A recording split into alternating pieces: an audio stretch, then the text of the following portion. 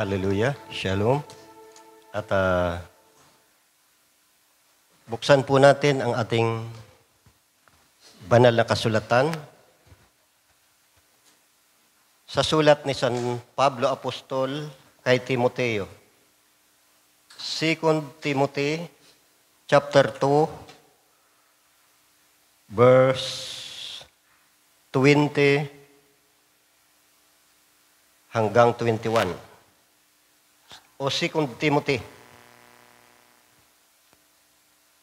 chapter 2 verse 20 and 21.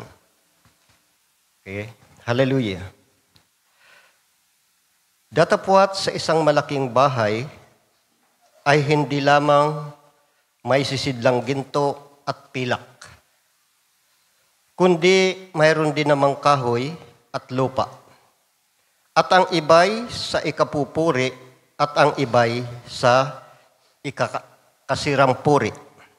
Kung ang sino man nga ay malinis sa alinman sa mga ito, ay magiging sidlang ikapupuri, pinakababanal, nararapat gamitin ng may-ari na handa sa lahat ng gawang mabuti. Yuko natin ang ating mga ulo. Tayo po ay muling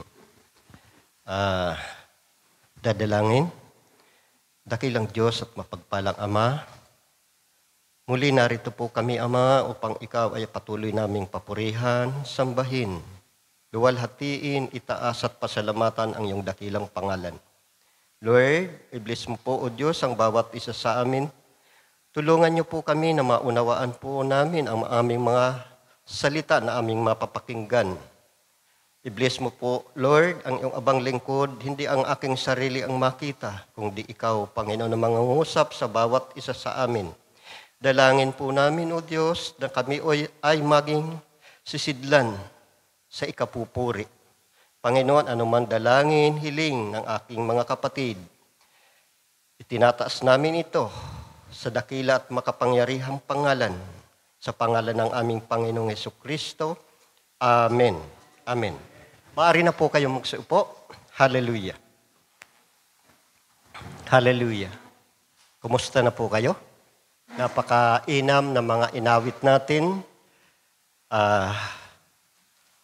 Sabi nga sa ating inawit ay nais namin na ang pangalan ng Diyos ay aming maitaas. At sa ating tema ay pamamagatan ko po itong Vessel to Honor. Vessel for Honor.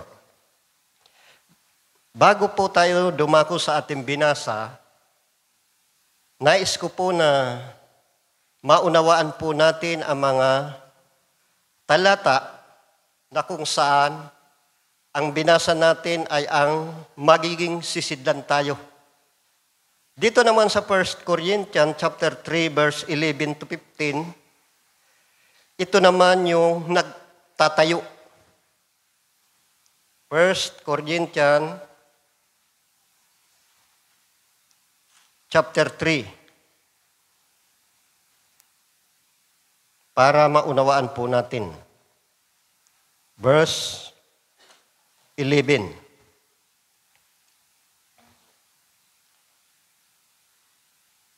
Sapagkat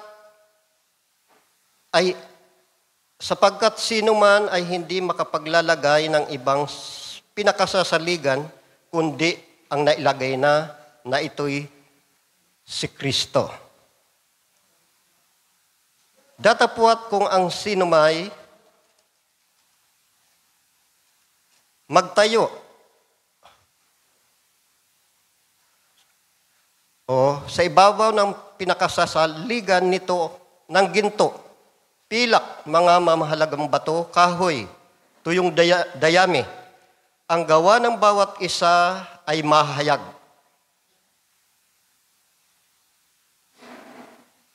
sapagkat ang araw ang magsasaysay, sapagkat sa pamamagitan ng apoy, ihahayag at ang apoy rin ang susubok sa gawa ng bawat isa kung ano iyon. Kung ang gawa ng sinuman ay manatili na kanyang itinayo sa ibabaw ni Yaon, siya'y tatanggap ng kagantihan. Kung ang gawa ng sinuman ay masunog, ay malulugi siya. Kuha nyo? Gayon may tulad sa pamamagitan ng apoy, na kapag ito pala ay manatili, may gantimpala, may kagantihan. Ngunit kapag ito'y nasunog, lugi ka. Amen? At dito naman sa Matthew 7:24, ito naman yung pundasyon.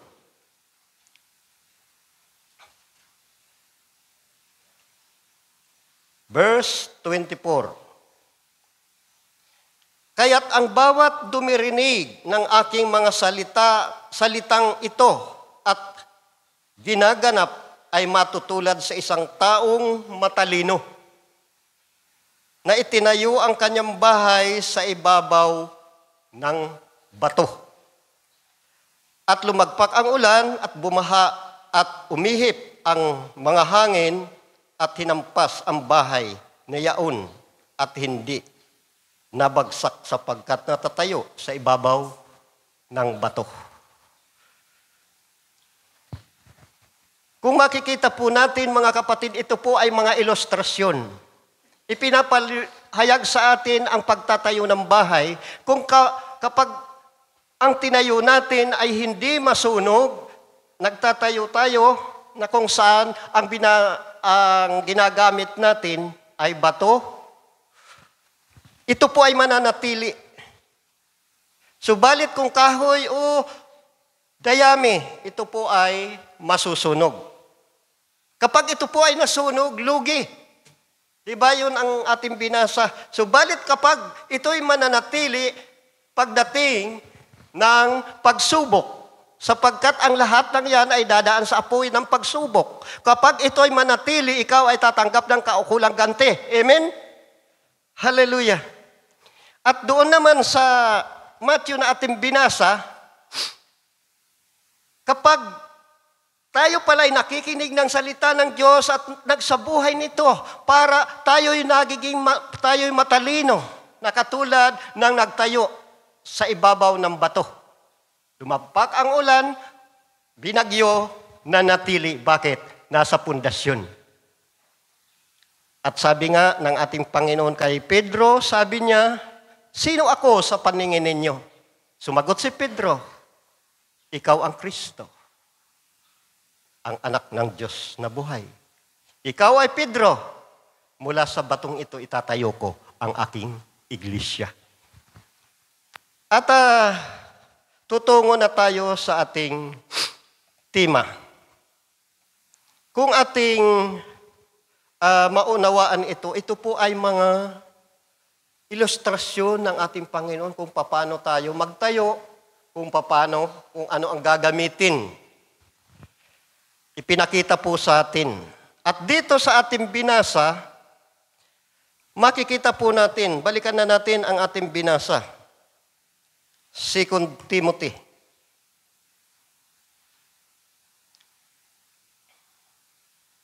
Chapter 2, verse 20.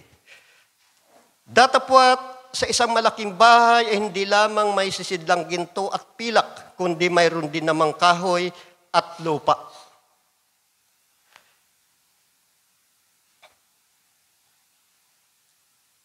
At ang iba'y sa ikapupuri at ang iba'y sa ikakasirang puri. Kung ang sino man nga ay malinis sa alinman sa mga ito, ay magiging sidlang ikapupuri, pinakababanal, marapat gamitin na may-ari na handa sa lahat ng gawang mabuti. Kung makikita po natin, alinman sa mga ito, ginto, pilak, kahoy o lupa, Sinabi rito na kapag sa mga ito, alinman sa mga ito, kung ito'y malinis, ikaw ay kagamit-gamit sa malaking bahay sa ikapupuri. Amen? Na kahit isang basahan, kapatid, yan ay kagamit-gamit kapag yan ay malinis. Amen? Ginto man, pilak, kung marumi, hindi yan kagamit-gamit. Yan ay sa ikakasirang puri. Ito ang makikita po natin. Ang tema natin ay pamamagatan ko po itong bisil for honor. Honorable. Bisil for honor. Pupwedeng ikaw ay matalino, mayaman. Talented. Tapos sa pinag-aralan. Kapag pinag-usapan ang salita ng Diyos sa karya ng Diyos, di ko sinasabing ang lahat ng yan ay masama. Napakabuti ng may pinag-aralan tapos mayaman. Talento. Subalit, sa Panginoon ay hindi naman kagamit-gamit. Sinabi nga ng ating Panginoon, makamtan man natin ang kayamanan, ang karangyaan, ang buhay sa buhay na ito. Kung ang katumbas naman nito ay ang ating kaluluwa, ano ang maibabayad natin?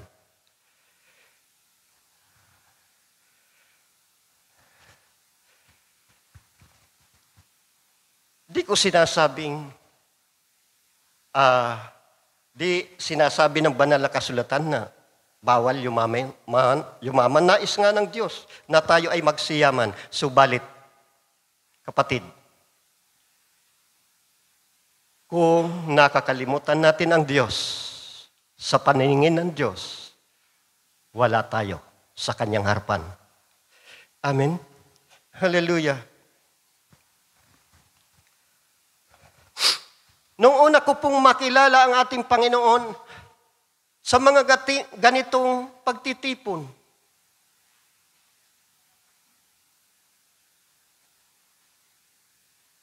nagkaroon din po ako ng desire na magiging sisidlan. Maging daluyan ang kanyang mga salita. Subalit, kapatid ko kay Kristo, ako'y nakapamumuhay sa isang makasanlibutang pamumuhay. Dahil doon, natagalan na po ako na nakapagbahagi. Bakit? Hindi ko maiwan-iwan ang makamundong pamumuhay. Hindi karapat-dapat bagiging sisidlan sa kapupuri ang sino man marumi. Ito po ay binasa natin sa sino man sa mga ito, pilak man ginto, kahoy man o lupa. Kung ang mga ito ay malinis, ito ay kagamit-gamit sa ikapupuri. Subalit ginto ka man, kung ikaw ay marumi, ito po ay sa ikakasirang puri. Yan ang nabasa po natin. Kaya nagsumikap po ako, Lord. Nais ko po na magkaroon o makapaglingkod sa iyo, na ilagay sa aking puso ang kompasyon ng malasakit ng Diyos sa bawat tao. Naranasan ko ang damdamin ng Diyos sapagkat kapag tinanggap mo ang ating Panginoong Jesucristo, magkakaroon ka ng kompasyon, magkakaroon ka ng malasakit sa iyong kapwa. Kaya nagsumikap po ako na maging malinis. Hindi ko kayang linisin ang aking buhay. Malilinis lamang ito sa pamamagitan ng pagtanggap sa ating Panginoong Jesucristo, sa pamamagitan ng pananampalataya. Amen. Sabi ko, Lord, di ko kayang magbago. Tulungan mo po ako. Yun ang inaawit natin, holding me. Hawakan mo ako, sapagkat kung ako lamang ang hahawak sa iyo, maaaring ako'y makahulagpos. Kaya, unti-unti, ito po ay may proseso, brother, sa mga nagbisyo, sa mga sumuway, sa pagpapahayag na ito sa bahaging ito, kung ating itong isa sa buhay mauunawaan, tayo po ay maging vessel for honor. Tayo'y kagamit-gamit sa Panginoon. Hindi naman natin kailangan na matalino. Ako po mga kapatid, wala akong tinapos, wala akong pinag-aralan. Bakit? Nasa halip na mag-aral, ano ang inatupag? Barkada. Sabi ng ating mga magulang, para sa mga youth, sabi ng ating mga magulang, mag-aral ka sapagkat wala namang kaming ipamamana sa inyo. Sapagkat ang pinag-aralan ay hindi ito kailanman mababawi. Amen? Katulad ng ating kapatid, itinataas ko ang ating kapatid, si Brother Joe. Nagsumikap na makapagtapos ang kanilang mga anak. Ngayon, yung honor ay sa kanya. Amen? Pinapasalamat natin ito. Ako'y nagagalak at natutuwa na kahit sa munting iglesyang ito, mayroon tayong kapatid na engineer, architect, doktor. Amen? Di naman sila mayaman. Mahirap. Katulad ko, nung ako po ay magpaaral sa aking anak. Hirap ang dinanas. Bakit? Yan ang kalooban ng Diyos. Bilang isang tao, bilang ama ng tahanan, ayaw kong maghirap ang aking anak. Ayaw kong maranasan ang kahirapan na aking dinanas. Bakit ko po ito naranasan? Bakit? Dahil sa makapamundong pamumuhay. Amen? Kaya, tulungan natin ang ating sarili. Sabi nga sa awitin, O prede, mag-aral kang mabuti. Amen? Tandaan natin, ang kukuhanin natin ay ang mga mensahe. Nasa tahanan, sa malaking tahanan, ay may ginto at pilak, at may kahoy at lupa. Alin man sa mga ito, kapag ito'y malinis, ito'y kagamit-gamit. Amen? Ito po ang number 1 natin. Kailangan alam natin ang banal na kasulatan. Know your scripture.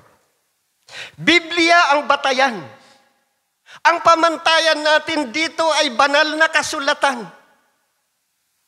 Na kapag banal na kasulatan, ang ating pinanghawakan, kapatid, hindi ka mapapahiya. Kapag ikaw ay hindi mapahiya, kapag ikaw ay approve ng Panginoon, hindi ka mapapahiya. Amen? Ano man ang gawin ng tao, panindigan mo ang salita ng Diyos. Ang sabi po rito sa 2 Timothy chapter 2 verse 15. Balik tayo sa Timothy. Brother, irama ko ng pandagan, napapadpad ng hangin.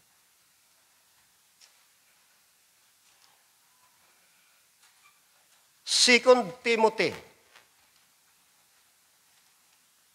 chapter 2, verse 15. Pagsikapan mong humarap na subok sa Diyos, manggagawang walang anumang ikahiya, na gumagamit na matuwid ng salita ng katotohanan. Sabi sa King James, study to show thyself approved unto God. A workman that needeth not to be ashamed, Di ka ipapahiya, di pa ka mapapahiya. Kapag ikaw ay di napahiya, approve ka sa Panginoon. Yan ang talata, rightly dividing the word of truth. Sa katotohanan. Hallelujah. Salamat. Rightly dividing of truth. Know your scripture. Dahil sa ating kapanahunan, mga kapatid, ito po ang tinatawag, sinasabi ni Apostol Pablo, perilous time. Sapagkat ang mga panahong ito ay isang panahon na panganib. Hindi lang panganib na yung mayroong mga digmaan. Sa mga literal, ito po ay mga digmaan, nag-aaway ang bansa laban sa bansa, ang Russia, ang Ukraine, ang Israel ay dinidigma. Subalit, hindi ito. Ito ay talagang magaganap. At ang sabi rito, 2 Timothy chapter 3, verse 1 up to 4.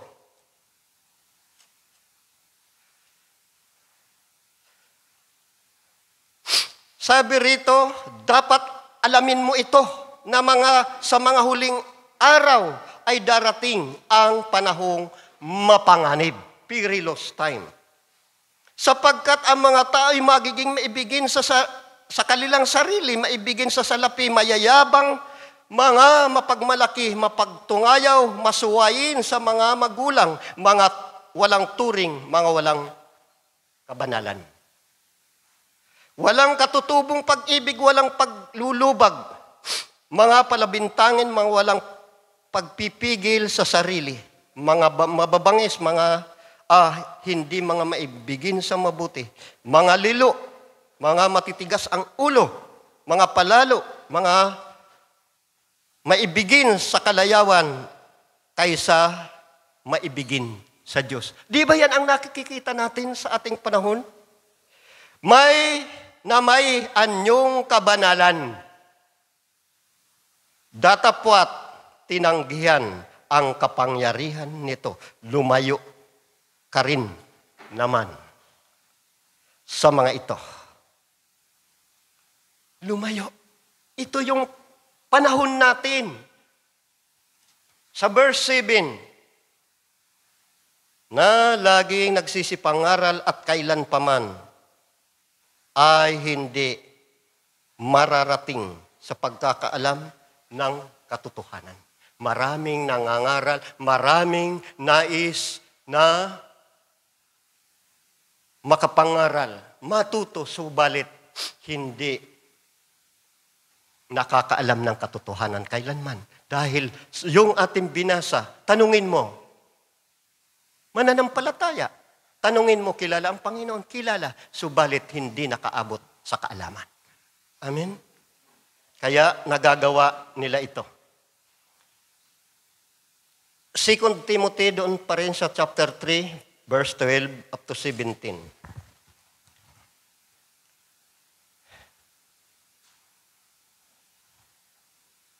Oo, at lahat na ibig mabuhay na may kabalanan kay Kristo Jesus ay magbabata ng pag-uusig. Di ba minsan, nararanasan natin ang pag-uusig? Ang panglalait? Datapwat, ang masamang tao at ang mga mandaraya ay lalong sasama na mga dadaya at sila rin ang madadaya. Dapat manatili ka sa mga bagay na iyong pinangaralan at sa pinagkaroonan mo ng katunayan. Yamang nalalaman mo kung kanino mo nangatutuhanan. Yan ang pangangaral ni San Pablo Apostol kay Timoteo. Yamang natuto ka.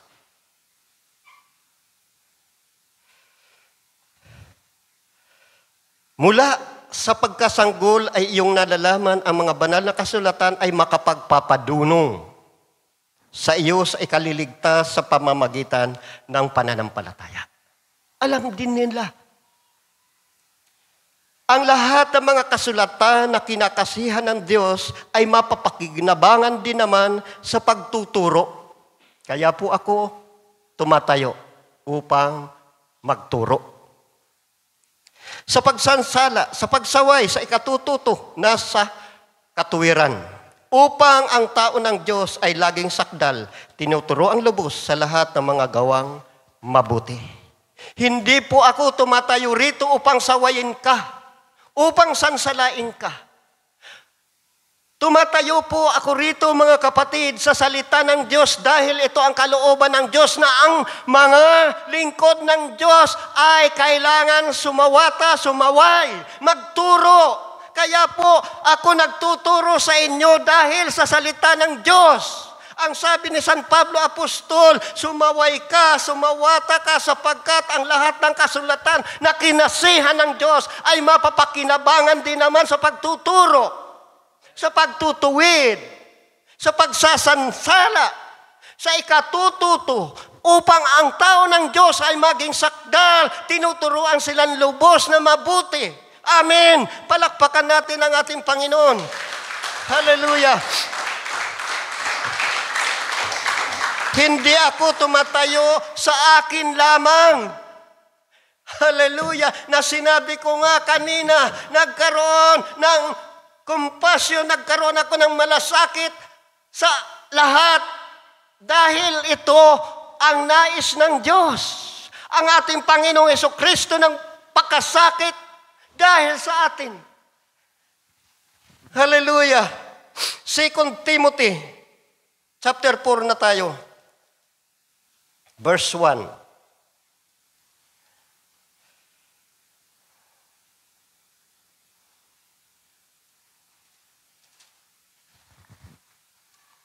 Ipinagbibilin ko sa iyo sa paningin ng Diyos.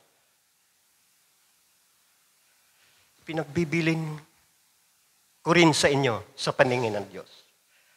At ni Kristo Jesus na siyang hukom sa mga buhay at sa mga matay sa pamamagitan ng kanyang pagpapakita sa kanyang kaharian. Ipangaral mo ang salita. Magsikap ka sa kapanahunan at sa di kapanahunan. Sumawata ka. Sumaway ka. Mangaral ka na may buong pagpapanihod at pagtuturo.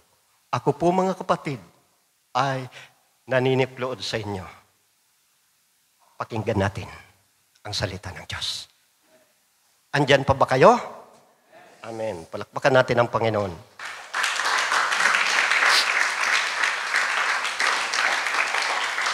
Verse 3. Sapagkat darating ang panahon na hindi nila titiisin ang magaling na aral. Mawawala ito. Kundi pagkakaroon nila ng katinang tainga ay magsisipagbuntun sila sa kanilang sarili na mga gurong ayon sa kanilang sariling masamang pita. Namimili lamang sila na nais nilang pakinggan ay kaysa mabuti pa doon sa aking dating iglesia, doon sa aming simbahan, hindi kami sinasaway kahit ano ang suot namin, kahit naka-spaghetti kami, kapatid ko kay Kristo, naghahanap sila ng tagapagturo na gusto lamang nila. Amen? Nakapakinig sa mga ganito, ay, higpit-higpit naman kung ano-ano ang tinuturo. Kapatid ko kay Kristo, ang itinatayo namin dito ay ang salita ng Diyos. Hallelujah. Hindi sa kung ano-anong paman. Sapagkat darating ang araw, ngayon ay nangyayari na. Ay, doon na lang ako sa dati ko.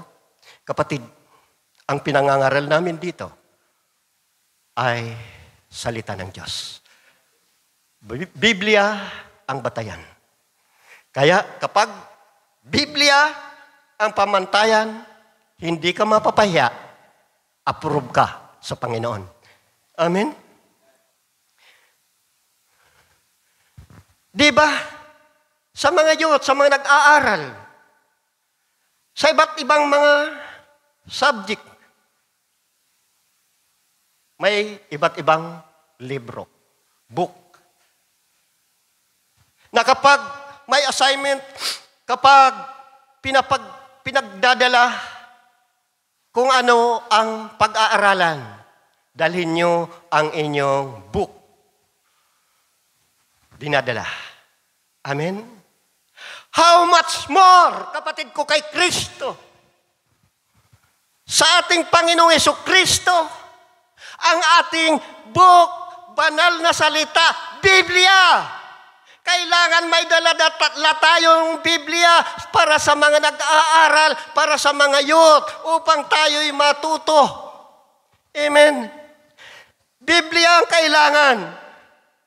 Gusto mong magpagamit sa Panginoon, mag-aral ka, magbasa ka.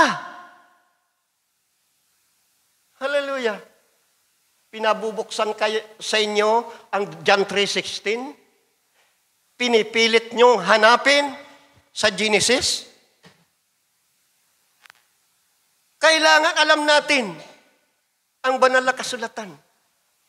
Kung saan, kapag nalaman nyo ang salita ng Diyos, tinanggap mo, mauuhaw kayo na magbasa. Katulad ng mga nag-aaral na nais matuto, nagsusumikap. Sabi nga ng mga magulang, nagsusunog ng kilay. Amen? Magpagamit tayo sa Panginoon. Kailangan nakasunod tayo sa talata. Bible. Ang ibinabahagi namin dito, ipinipreach, isinishare, Bible study, hango sa banal na kasulatan. Kaya nga iniisa-isa ko ang mga talata ng Biblia. Kaya dalhin natin ang banal na kasulatan upang matuto tayo. Yan ang sinabi doon sa binasa natin, 2 Timothy 3:16. Know your scripture.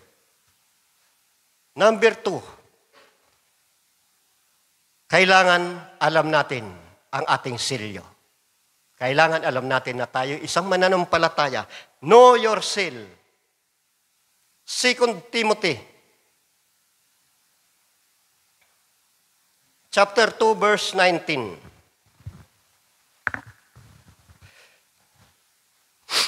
Gayon ang matibay na pinakakasaligan ng Diyos ay nanatili na may tatak. Tatak nito. Nakikilala ng Panginoon kung ng Panginoon ang mga sa Kanya at lumalayo sa kalikuan ang bawat isa na sumasimbitla sa pangalan ng ating Panginoong Hesukristo. Sumasambitla sa Panginoon. Ang sabi rito, nevertheless, the foundation of God standeth sure, having His seal.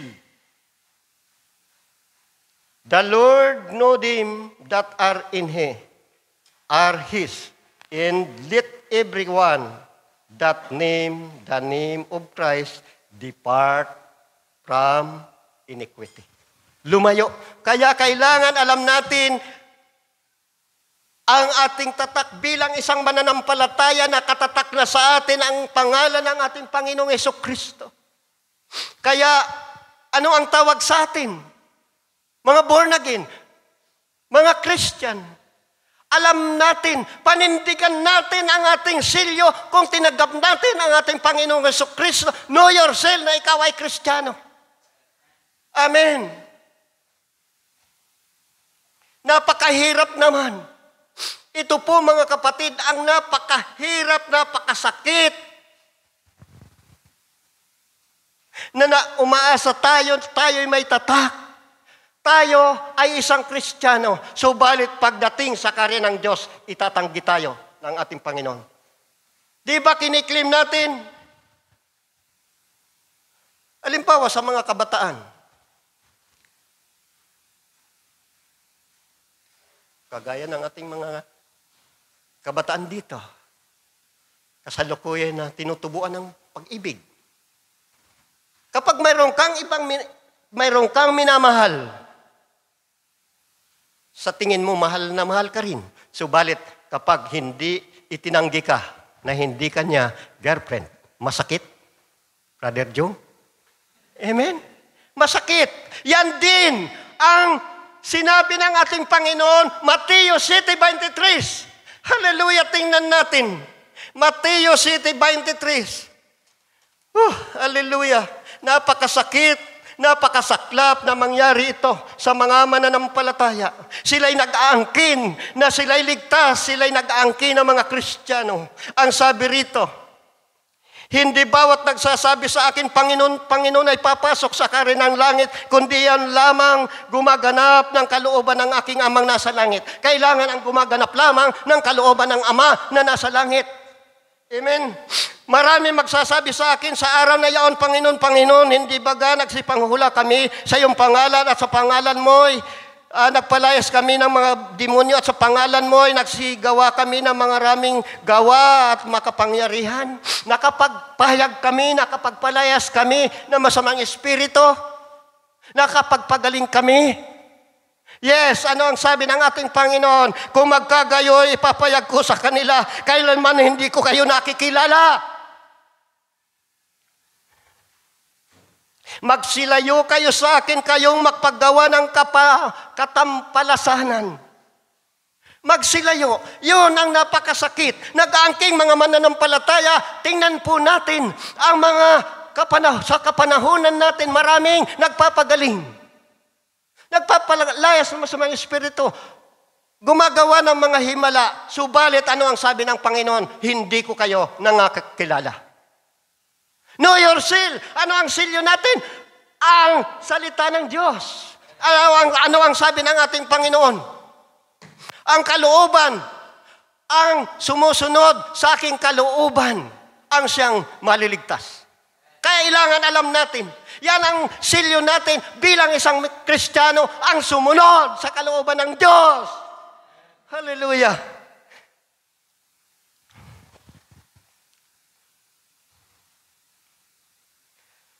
Bakit sa kapanahunan natin ngayon, maraming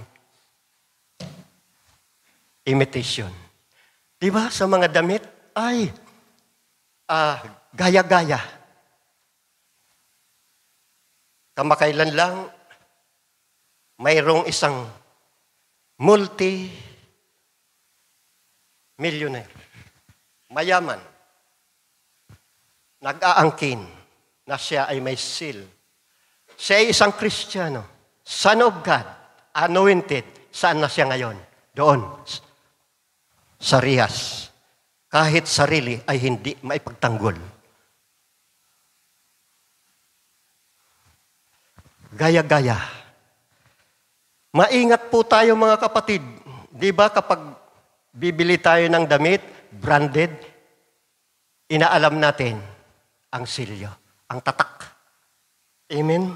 How much more na dapat malaman natin ang kalooban ng Diyos. Ang silyo natin ay ang banal na espiritu. Palakpakan natin ang Panginoon.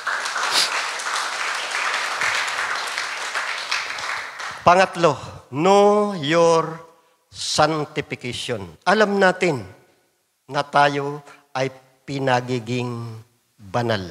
Ayon sa ating binasa sa verse 21 tayo. Balikan natin ang talata na ating binasa. Verse 21. 2 Timothy 2:21.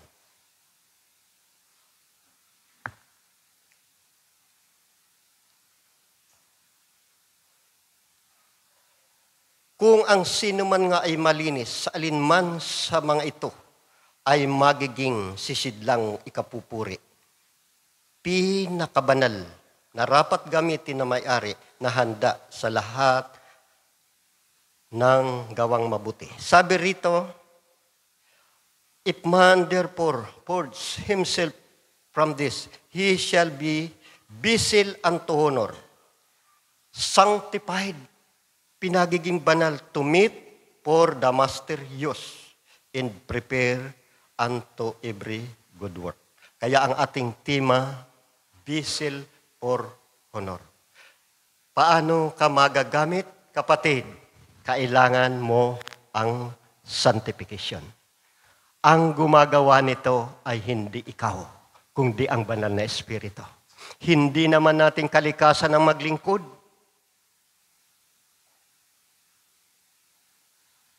Subalit, kapatid, ang Diyos ang gumagawa nito. Na ilalagay ng Diyos sa ating puso dahil sa ating pananampalataya, kaya tayo nakapaglilingkod. Amen?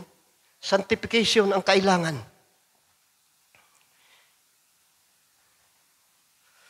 Ito po ay gawa ng banal na Espiritu. May proseso ito, kapatid. Mahirap ang magpakabanal. Subalit, kapag tinatanggap mo ang ating Panginoong Jesucristo, ang Diyos ang magpapakabanal sa iyo. Isasanctify ka nito na kapag ikaw ay nalinis, ikaw ay kagamit-gamit sa ikapupuri. Amen? Sanctification process. Sa Filipos chapter 2 verse 12-13.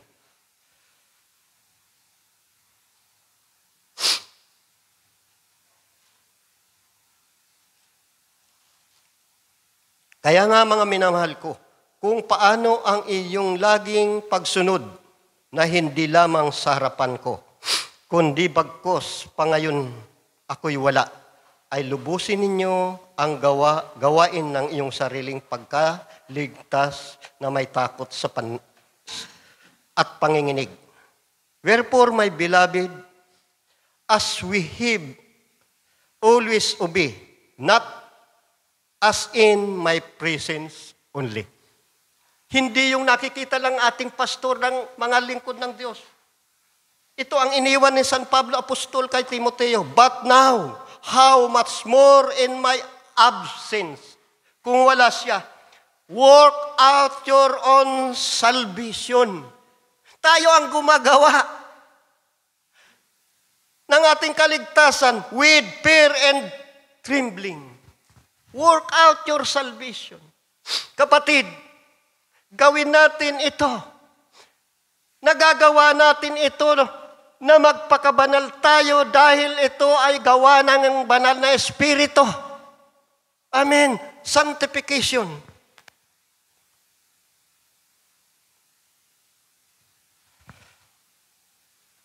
Dahil kung nais nating magpagamit sa Diyos, kailangan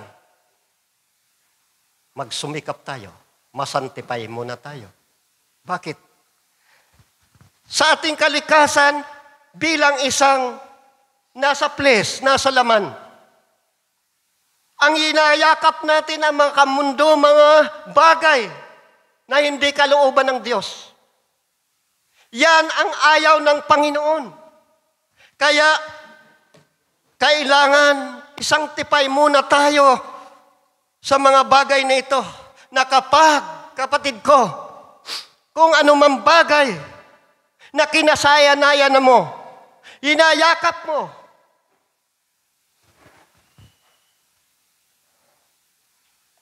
kapag tinanggap mo si Kristo, kapatid ko, si Kristo ang makakasama mo, siya ang makakayakap mo. Amen? Hallelujah. Palakpakan natin ang Panginoon.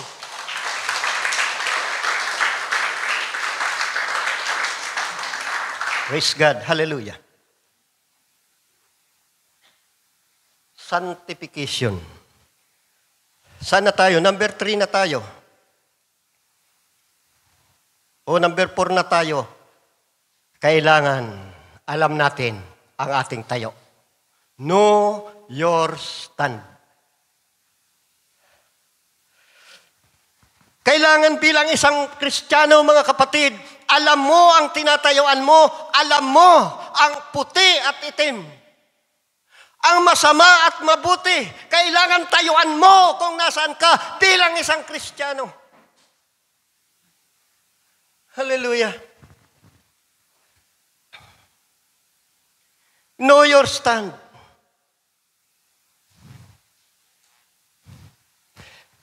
Kailangan sa isang Kristiyano, alam ang kanyang tayo.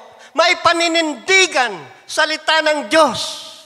Bilang isang Kristiyano, hindi na para sa iyo, kapatid. Ang inuman, ang sugalan, ang mga makamundong bagay.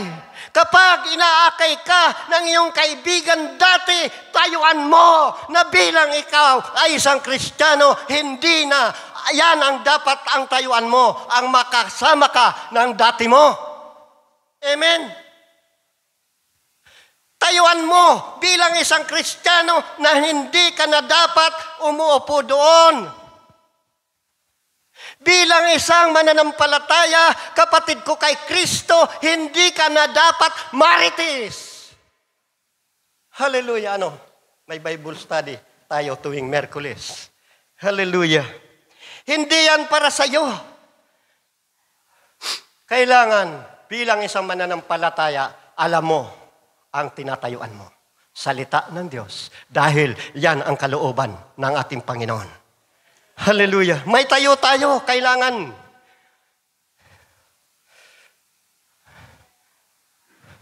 Kung wala kang tayo, kung wala kang paninindigan, paano ka magagamit ng Panginoon?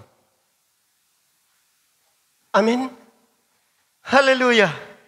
Sabi nga, mabuti pa ang katol may stand. Na kapag ang katol ay iyong sinindihan, tipok ang lamok. Amen?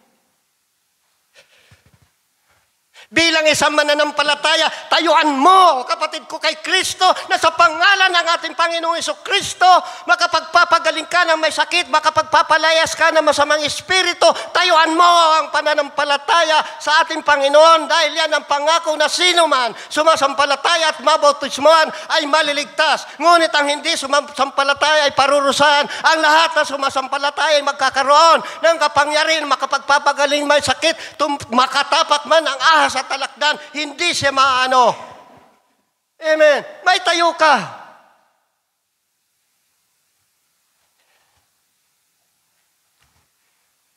Kapag tinayan mo ang salita ng Diyos, tipok ang dyablo. Amen. Hallelujah. Palakpakan natin ang Panginoon. Hallelujah. Kailangan din naman makikita mo sa iyong sarili na tinanggap mo ang Panginoon. Amen? Kailangan kita mo rin sa iyong sarili. Bakit kaya din ako inaanyayaan ni kumpare? Bakit kaya ganito? Para bagang ako'y malayo na sa kanila. Hindi naman ako lumalayo sa kanila. Lumayo lang ako dahil sa kanilang mga gawa. Bakit? 2 Corinthians 5:17, sa sino man nakipag-isa sa Panginoong Jesucristo ay nagiging isang bagong nilalang. Wala na ang dating pagkatao. Siya ay bago na. Yes. Kailangan tayuan mo. Hallelujah. Na ikaw ay nagbagong buhay na. Know your stand. At ang panghuli,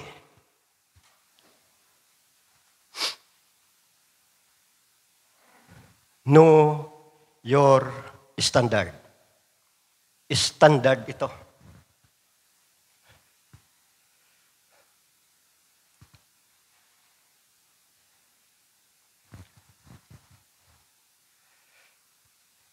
Hindi naman kailangan, kapatid, dito ang maigpit na pastor, ang maigpit na elders o ang ating apostol.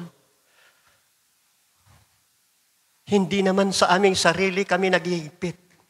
Kapatid, Ito po ay ang standard ng banal na kasulatan. Amen? Masasabi natin ang higpit-higpit naman. No! Sinusunod lamang namin ang standard. Kapatid, ang standard na ito ay tinalaga sa mga Kristiyano. Bilang isang Kristiyano, kapatid, hindi ka na pwedeng manamit na maiksi. Hindi ka na dapat laging maiksi ang short.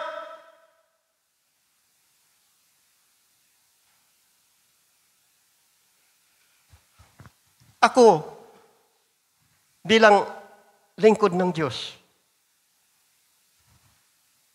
di ako nananaway sa aking sarili lamang. Kailangan alam natin ang ating standard. Hindi namin kayo hinihigpitan.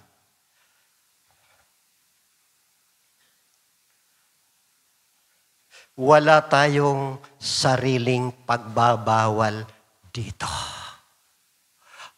Kung mayroon man, kapatid, ang pagbabawal dito ay nakaayon sa salita ng Diyos.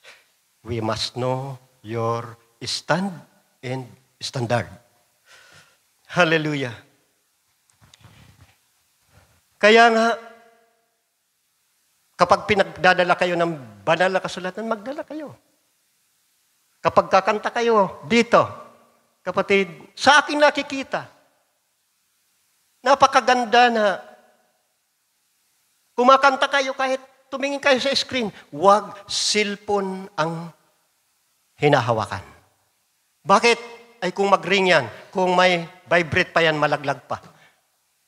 Amen? Kailangan, alam natin.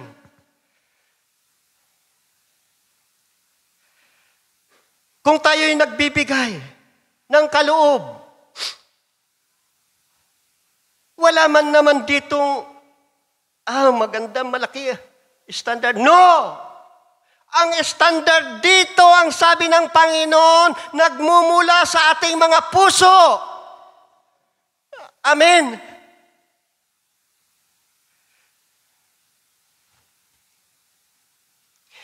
Kailangan magamit tayo. Vessel for honor. Romans 12:1-2.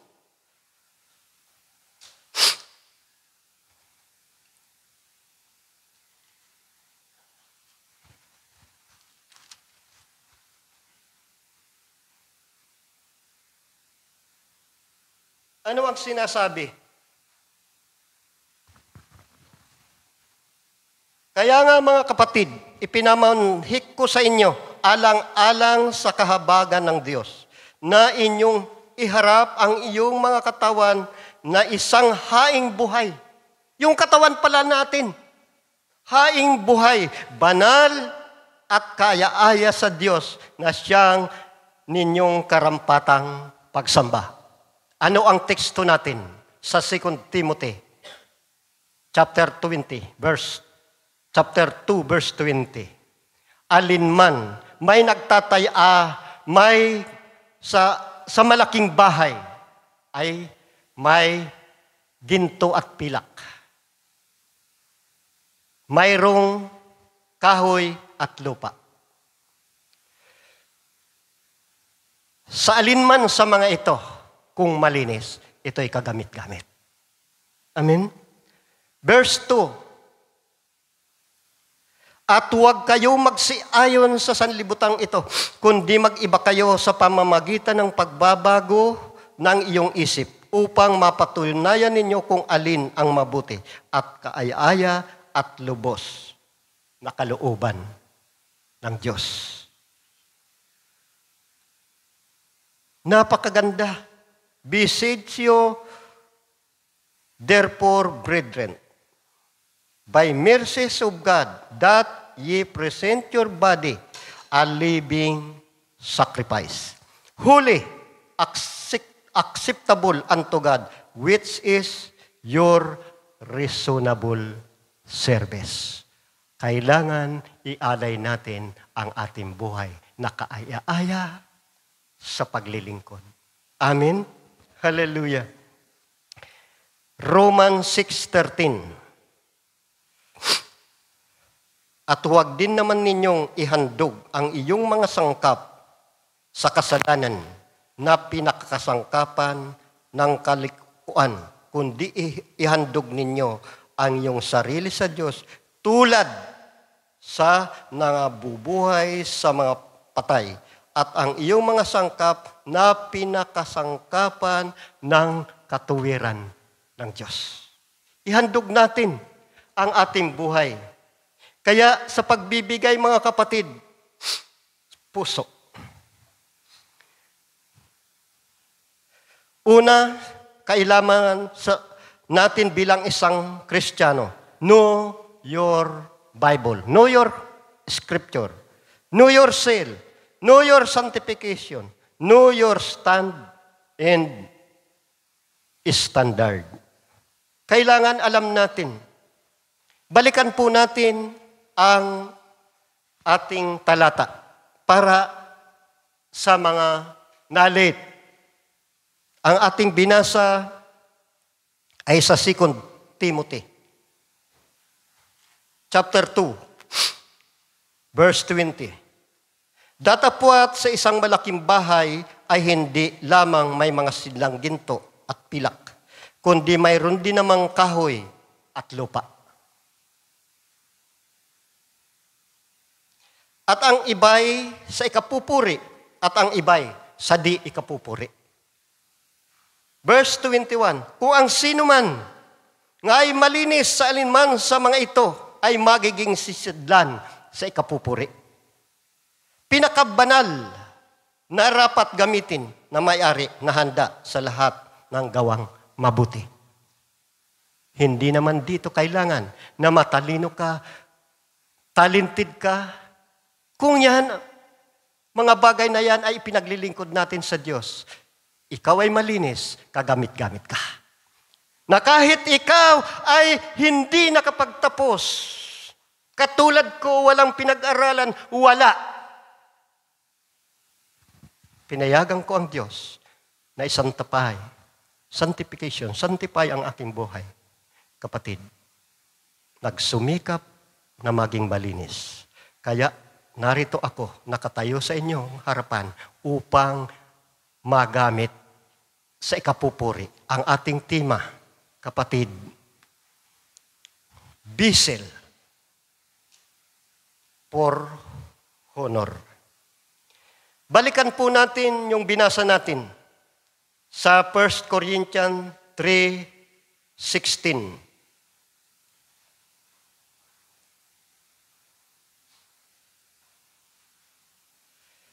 1 Corinthians sa 3:12, tingnan natin para makita po natin.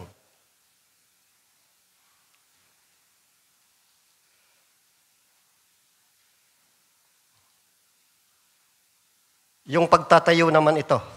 Datapwat kung ang sino man magtayo sa ibabaw ng pinakakasaligan nito ng ginto pilak, mga malagang bato kahoy, ito yung dayami. Ang gawa ng bawat isa ay mahayag sapagkat ang araw magsasaysay sa pamamagitan ng apoy, ihahayag. At ang apoy ring ang susubok sa gawa ng bawat isa kung ano iyon. Kung ang gawa ng sino man ay manatili, na kanyang itinayo sa ibabaw niyaon, siya'y tatanggap ng kagantihan. Kung ang ating pagtatayo, kapatid, kung ito po ay mananatili, hindi masunog, tatanggap tayo ng kaukulang ganti. Kung ang gawa ng sino man ay masunog, ay malulugi siya. Lugi. Mahirap. Ngunit siya sa kanyang sarili ay maliligtas, gayon may tulad ng pamamagitan ng apoy. Kapatid, sa verse 16, Hindi ba ganin nyo nalalaman na kayo ay templo ng Diyos? At ang Espiritu ng Diyos ay mananahan sa inyo. Kung, verse 17, kung gibain ng sino man ang templo ng Diyos, siya'y gigibain ng Diyos sapagkat ang templo ng Diyos ay banal, na ang templong ito ay kayo. Tayo ang templo ng Diyos. Huwag natin itong siksikan, brother, na kung ano-ano sisirain ang buhay natin. Amen? Maraming nasira ang buhay, nawasak ang buhay dahil sa bisyo. Amen? Ngayon na nandito tayo, gawin natin na tayo ay maging sisidlan sa ikapupuri. Amen? Palakpakan natin ang Panginoon. Hallelujah.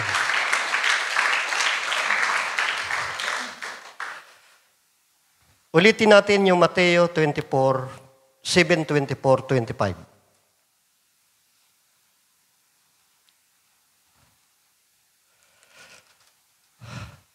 Hallelujah.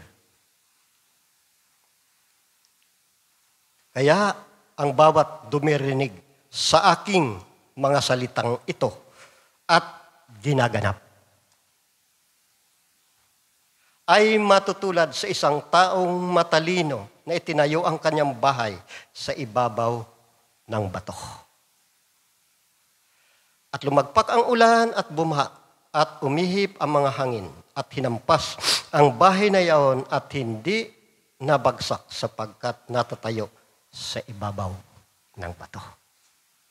Kailangan matatag tayo, nakatayo sa ibabaw ng bato. Sa Efeso 2:22. Hallelujah. Karugtong ito.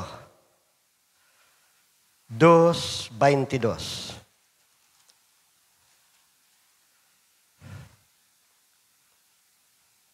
Na sa kanya ang buong gusali na nakalapat na mabuti ay lumago upang maging isang templo ng templong banal na Panginoon. Banal sa Panginoon. Ang sabi rito, nakalapat na mabuti. Di ba yung pyramid natin? Kailangan nakalapat tayo na mabuti.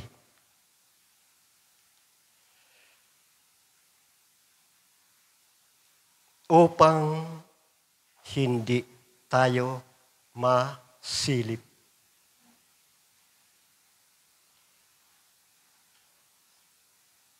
Amen? Ito po mga kapatid, nawa ay nakatulong ito sa atin. Bakit? Ang pinag-usapan natin ay ang pundasyon.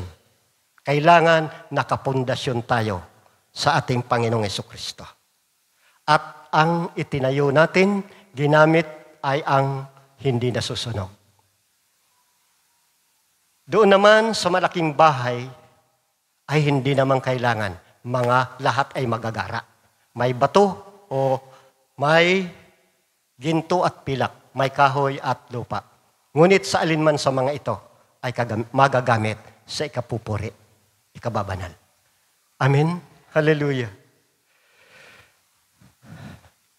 Ang pinag-usapan natin ay ang sa tahanan. Pagtatayo, paggamit. Huling talata.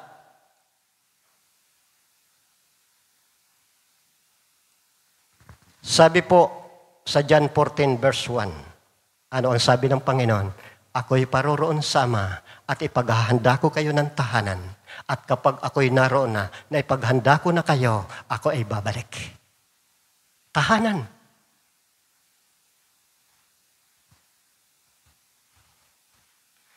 Sapagkat kung saan ako naroon, ay dumuon naman kayo. Saan? Sa tahanan. Amen? Kailangan dito, sa buhay na ito, maging kagamit-gamit tayo, vessel for honor. Amen? Paano tayo babalikan ng ating Panginoon kung tayo marumi, kung hindi tayo kagamit-gamit? Sa tahanan ng aking Ama ay maraming silid. Hallelujah. At verse 3, tingnan natin para makita natin. At kung ako'y pumaroon at kayo'y naipaghanda ng kalalagyan, ay muling parito ako at kayo'y tatanggapin ko sa aking sarili. Upang kung saan ako naroon, kayo naman ay dumoon. Vessel for honor. Hallelujah. Nawa, nakatulong po ito sa inyo. Hallelujah. Yuko natin ang ating mga ulo. Damhin natin ang presensya ng Panginoon.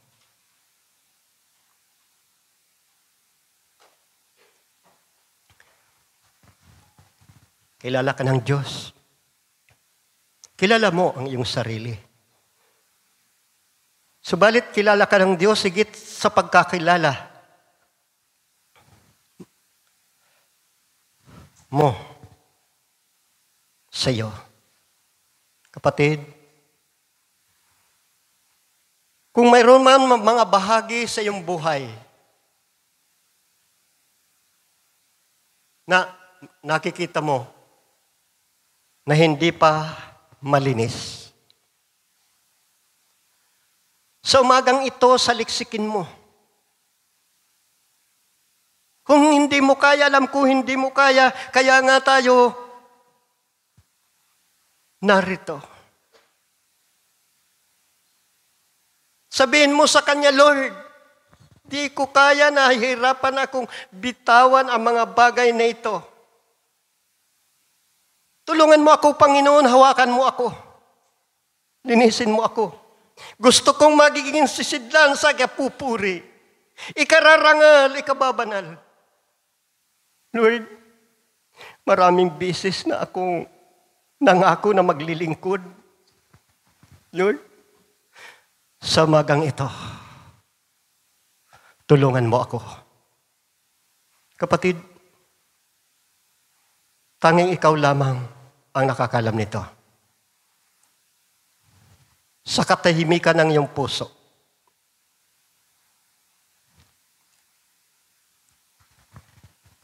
bigkasin mo sa Panginoon kung ano ang mga bagay na yan.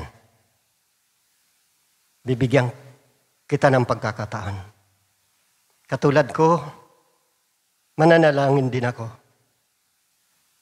Yes, Lord.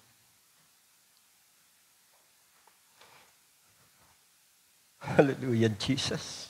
Narito, Lord, ang iyong mga anak. Nagsusuko. Panginoon, pakinggan mo siya. Pakinggan mo sila. Oh, hallelujah. Sikiralakiralahiyang kuramaya dadadahura mahandi.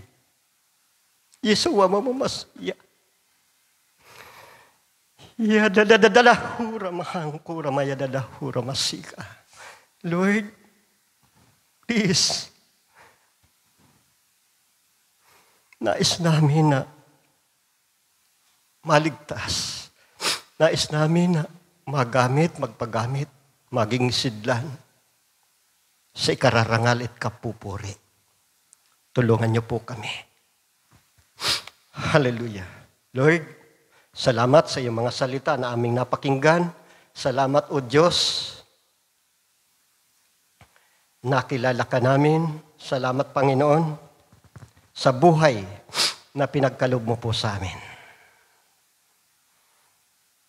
Nawa, O Diyos, kami ay magiging sidlan na sa iyong ikapupuri at ikararangal sa pangalan ng aming Panginoong Hesukristo. Amen. Hallelujah. Palakpakan natin ang Panginoon. Hallelujah. Hallelujah. Thank you, Lord. Praise God. Hallelujah. Shalalalahiya.